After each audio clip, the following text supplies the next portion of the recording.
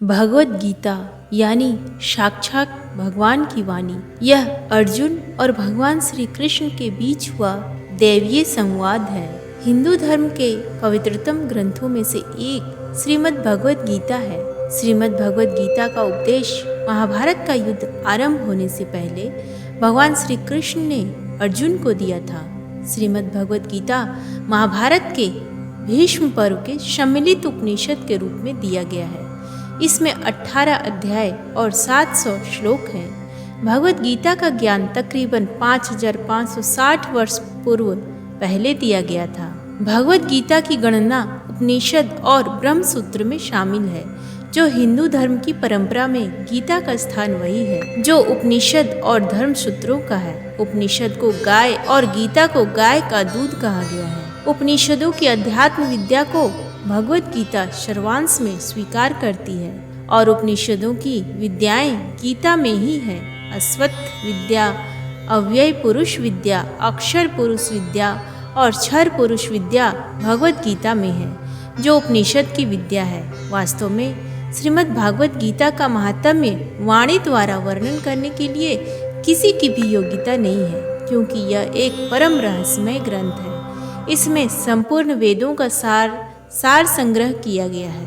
इसकी संस्कृति इतनी सुंदर और सरल है कि थोड़ा अभ्यास करने से मनुष्य उसको सहज ही समझ सकता है, परंतु इसका उद्देश्य इतना गंभीर है कि आजीवन नित्य अभ्यास करते रहने पर भी उसका अंत नहीं आता। प्रतिदिन नए नए भाव उत्पन्न होते रहते हैं। इससे यह सदैव नवीन बना रहता है एवं एकाग्रचित होकर श्रद्धा भक्ति सहित विचार करने से इसके पद पद में परम रहस्य भरा हुआ प्रत्यक्ष ज्ञात होता है। भगवान के गुण, प्रभाव और मर्म का वर्णन जिस प्रकार इस गीता शास्त्र में किया गया है, वैसा अन्य ग्रंथों में मिलना कठिन है, क्योंकि विशेषकर ग्रंथों में कुछ न कुछ सांसारिक विषय मिलता रहता है। भगवान ने श्रीमद् भगवत गीता के रूप में एक ऐसा अद्भुत शास्त्र कहा है जिसमें एक भी शब्द सदुपदेश से खाली नहीं है।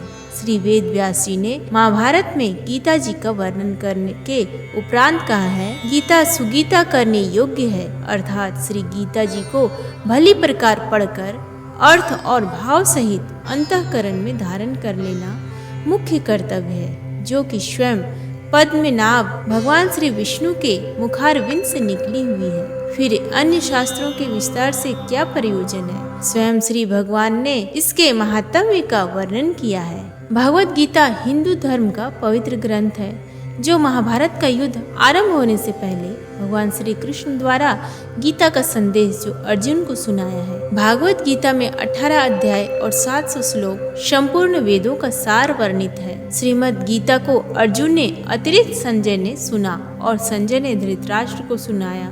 गीता में श्री कृष्ण द्वारा 574 श्लोक बोले गए हैं, अर्जुन द्वारा 85 श्लोक बोले गए हैं, संजय द्वारा 40 श्लोक बोले गए हैं और धृतराष्ट्र द्वारा 1 श्लोक बोला गया है। महाभारत का युद्ध गीता की पृष्ठभूमि है। भगवत गीता में कर्म योग, ज्ञान योग और भक्ति योग को भगवान श्री कृष्ण द्वारा सरल भाषा में चर्चा की गई है। भगवत गीता का ज्ञान सबसे पहले भगवान ने ज्ञान के प्रतीक सूर्यदेव को सुनाया था। भगवान का कहने का मतलब है कि पृथ्वी की उत्पत्ति होने से पहले ही गीता का ज्ञान दे चुका हूँ। भगवत गीता में संपूर्ण जीवन का सार है। मनुष्य के हृदय में कौतूहल सर्वदा घूमता रहता है कि मैं कौन हूँ, यह शरीर क्या है, इस शरीर के साथ क्या मेरा आरंभ और अंत है, शरीर के त्याग होने के बाद क्या मेरा वजूद रहेगा, यह उपस्थिति कहाँ और किस रूप में होगा, मेरा इस संसार में आने का वजह क्या है, मेरे इस शरीर का त्याग करने के बाद क्या होगा, कहाँ जाना होगा।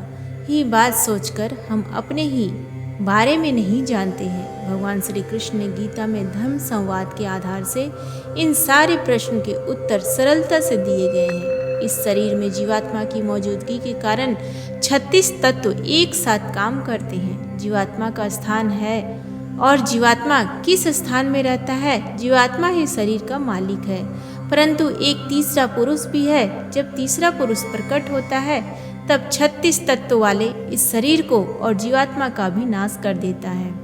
परम स्थिति और परम सत्य ही उत्तम पुरुष है। एक शरीर को त्याग कर जीवात्मा जाता है, इस गति का वर्णन भगवत गीता में हुआ है। शरीर के मर जाने के बाद जीवात्मा कर्मों के अधीन होता है, इसलिए जीवात्मा कर्मों के अनुसार अलग अलग योनियों में घूमता रहता है। भगवत गीता का सारांश है, बुद्धि को बारीकी से आत्मा में लगाए रखना चाहिए, कर्म सरल तरीके से करते रहना चाहिए।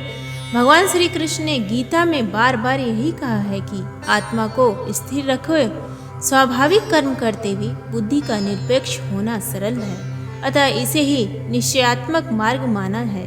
इसलिए ज्ञान योग, बुद्धि योग, कर्म योग, भक्ति योग आदि का भगवत गीता में उपदेश दिया गया है।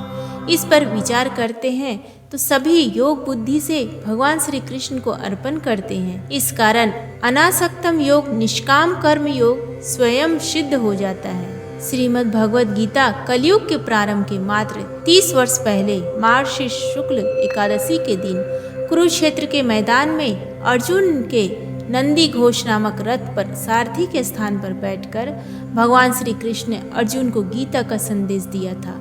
इस तिथि को प्रतिवर्ष गीता जयंती का पर्व मनाया जाता है। माना जाता है कि प्रथम दिन का उपदेश सुबह 8 बजे से लेकर 9 बजे के बीच हुआ था। उम्मीद है आपको आज का ये वीडियो पसंद आया। प्लीज़ वीडियो को लाइक करें, शेयर करें और कमेंट बॉक्स में जय श्री कृष्णा लिखना ना भूलें। धन्यवाद।